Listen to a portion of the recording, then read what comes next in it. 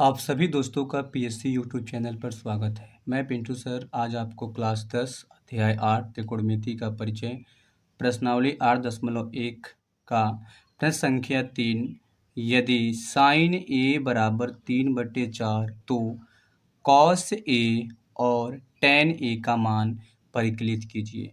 यहाँ देखिए cos A और टेन ए जो हैं दोनों का एंगल सेम है, एक जैसा है।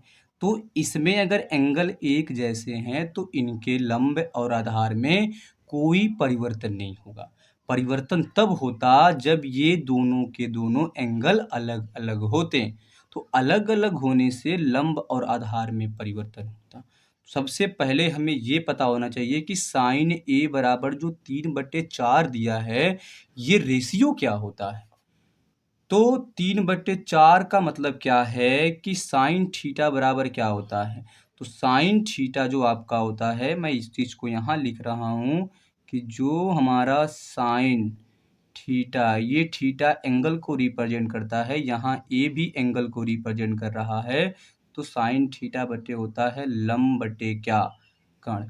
मतलब जो हमें यहाँ साइन ए बराबर दिया है ना, ये जो 3 है ये लंब का मान है, जो 4 है ये कर्ण का मान है। तो हमें लंब और कर्ण दिया है और कॉस थीटा होता है। अगर हम कॉस थीटा की बात करते हैं तो कॉस थीटा होता है हमारा आधार बटे क्या, कर्ण। तो सर हमें कर्ण तो इसमें दिया हुई साइन थीटा देखो लंब बटे कर्ण, ये आधार बटे कर्ण, तो कर्ण तो हमें दिया है लेकिन आधार नहीं दिया है। तो आधार का मान ही निकालने के लिए हम एक समकोण त्रिभुज बनाएंगे और उस समकोण त्रिभुज की हम लोग क्या करेंगे, रचना करेंगे। तो ये मैं आपको एक समकोण त्रिभुज बना रहा हूँ। ये हमारा एक समकोण त्रिभुज रहा। इस समकोण त्रिभुज को आप ध्यान से देखें और ये समकोण जो आपका त्रिभुज है ये आपका समकोण त्रिभुज है। अब इस समकोण त्रिभुज की अगर हम लोग बात करते हैं तो ये देखिए इसमें हमें ये नहीं कहा है कि कौन सा एंगल समकोण है, बी समकोण है कि सी समकोण है, लेकिन हम यहाँ ए को समकोण नहीं कर सकते। क्यों नहीं कर सकते सर? क्योंकि हमें यहाँ एंगल ए ही हमसे पूछ रहा है। तो एंगल ए ही हमसे पूछ रहा है तो या तो हम एंगल यहाँ रखेंगे तो इसके सामने वाली साइड ये लंब होगी। अगर हम ए यहाँ रखें तो इसके सामने वाली ये साइड लंब होगी। तो अगर मैं यहाँ ए रखता हूँ तो हम बी और सी कहीं भी रख सकते हैं। तो अगर मैं इसको बी यहाँ करूँ तो ये हमारा क्या बन जाएगा, सी बन जाएगा। और ये जो बी है ये रिप्रेजेंट क्या कर रहा है, ये समकोण यानी एक 90 डिग्री को रिप्रेजेंट कर रहा है। और हमने कहा था समकोण यानी 90 डिग्री के सामने वाली साइड को हमेशा और हमेशा हम लोग क्या कहते हैं, तो कर्ण कहते हैं।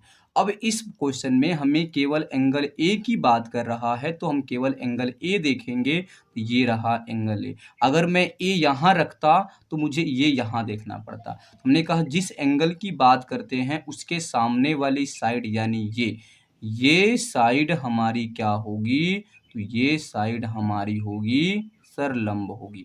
तो ये साइड क्या होगी सर, इस साइड को हम लोग बोलते हैं कि सर ये हमारा क्या है, तो ये हमारा है आधार। क्या है सर, तो ये हमारा आधार है। और अगर ये कर्ण है, ये लंब है और ये क्या है आधार, तो हमने कहा जो साइन ए है साइन थीटा बराबर लंब बटे क्या होता है कर्ण। तो एल के जगह पे क्या है 3, यानी लंब का मान हमें कितना दिया है, 3 दिया हुआ है। और के का मतलब कर्ण का मान कितना दिया हुआ है सर, तो 4 दिया हुआ है। यानी हमें निकालना क्या है, आधार। और हमने कहा था पाइथागोरस प्रमेय आप याद रख लें कि पाइथागोरस प्रमेय में लंब कर्ण आधार इन तीनों में से कोई आपको 2 देगा, एक आपसे पूछ लेगा। तो वो एक जब आपसे पूछेगा तो उसी को निकालने के लिए हम लोग पाइथागोरस प्रमेय का प्रयोग करते हैं। तो अब हम लोग पाइथागोरस प्रमेय लगाते हैं। तो हम लोग लिखेंगे, जो भी आप लिखते हो तो मैं यहाँ से लिखूँगा हल या सलूशन, जो भी आप लिखते हैं हल या सलूशन जो भी आप लिखते हैं उस चीज़ को लिखिए। और फिर वही हम लोग लिखेंगे कि समकोण क्योंकि हमने आपसे कहा ट्रिग्नोमेट्री में हम केवल एक ही एंगल का प्रयोग करते हैं, उस एंगल का नाम है समकोण त्रिभुज।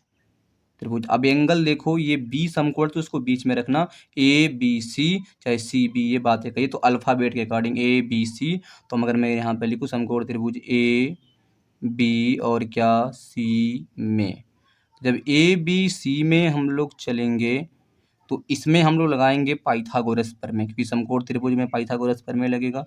तो यहाँ से लिखेंगे पाइथागोरस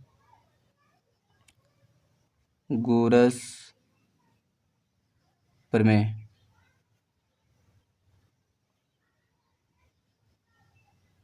पाइथागोरस प्रमेय से, तो पाइथागोरस प्रमेय से अगर हम लोग चलते हैं तो पाइथागोरस प्रमेय क्या कहता है, वही कहता है जो आपको पता होना चाहिए कि कण का जो वर्ग होगा, सर क्या होगा, जो कण का वर्ग होगा ये बराबर होगा किसके, सर लंब का वर्ग प्लस क्या, आधार प्लस आधार का वर्ग। तो जो कण है, सर इसमें कण का पहले नामकरण, एक नाम लिखो, ए से सी हमारा कण है। तो अगर हम ए से सी की बात करते हैं तो ये रहा ए सी का वर्ग बराबर, सर लंब क्या है बी से सी, तो लिख देंगे बी से सी का वर्ग प्लस आधार क्या है ए बी, तो लिख देंगे ए बी का क्या वर्ग। अब हमें क्या ज्ञात करना है, ये देखिए, तो सर हमें ए सी का मान दिया है कितना 4, तो लिख दो यहाँ पे 4 का वर्ग बराबर बी सी कितना दिया है, सर बी से सी कितना दिया है 3, तो ये बन जाएगा 3 का वर्ग plus a b, sir a b तो निकालना है तो ए बी तो रहेगा ही रहेगा, ए बी का क्या बन जाएगा, सर वर्ग बन जाएगा। अब यहाँ से जो चीज़ें हैं इसको, तो मैंने कहा वर्ग का मतलब 4 का वर्ग, 4 का स्क्वायर कितना होता है सर, तो 4 का वर्ग 16 और 3 का वर्ग कितना होगा, सर 9 हो जाएगा, और प्लस ए बी है तो ए बी का क्या बन जाएगा वर्ग। हमें ए बी निकालना है तो 9 को क्या कर देंगे, सर 9 को पक्षांतर कर देंगे। जब 9 को पक्षांतर करेंगे इधर तो ये आपका बन जाएगा 16 माइनस 9 बराबर इधर आपका बचा है क्या, ए बी का क्या वर्ग बचा हुआ है। ठीक, अब यहाँ से जो चीज़ें हमारी चल रही हैं, यहाँ से हम क्या करेंगे कि 16 में से क्या करेंगे 9 माइनस करेंगे, तो ये हमारा क्या बचेगा, सर 7 बच जाएगा, और ये बन जाएगा हमें क्या, ए बी का क्या वर्ग। लेकिन हमें ए बी का वर्ग नहीं चाहिए, हमें ए से बी की दूरी चाहिए। तो जब यहाँ से वर्ग हटेगा तो यहाँ पर क्या चढ़ेगा, सर यहाँ पे कड़ी चढ़ जाएगा, और जैसे ही यहाँ पे जब कड़ी चढ़ता है तो अंडर रूट में आपका क्या बन जाएगा 7, और ये बन जाएगा ए क्या बी। तो अब ये अंडर रूट में 7 किसी का वर्गमूल नहीं है, इसलिए ए बी का जो मान आया ना, ए बी का मान कितना आया, तो कड़ी में कितना आया 7।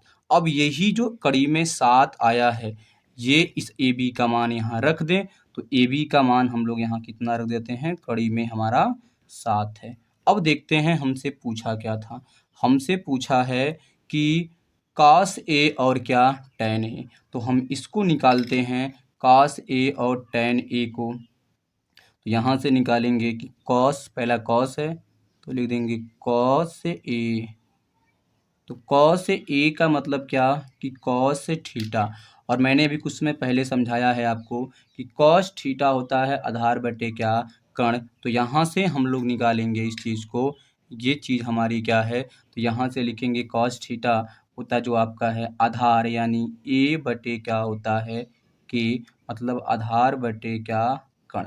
तो आधार बटे जो कण होगा, तो अब देखो ध्यान से यहाँ पे, तो ये तुम्हारा है cos ए बराबर, अब यहाँ देखो आधार, आधार देखो हमने कहा किस एंगल की बात कर रहे हैं ए, तो ए जो आपका ये है इसके सामने ये आपका है, तो लंब का काम तो ये करेगा। तो आधार का काम कौन करेगा? ए। तो आधार का मान कितना है सर? कड़ी में 7, तो यहाँ पे लिख देंगे कड़ी में 7, 7 बटे कण कितना है सर? 4, तो ये बन जाएगा हमारा 4। अब हमें इसी तरह क्या निकालना है सर? तो हमें एक पूछा है tan, तो यहाँ से हम लोग tan का मान निकाल देंगे। tan a का मान पूछा हुआ है, तो tan a जो आपका होता है, ये होता है, याद होना चाहिए सर, क्या होता है? लंब बटे क्या होता है सर? लंब बटे आधार होता है।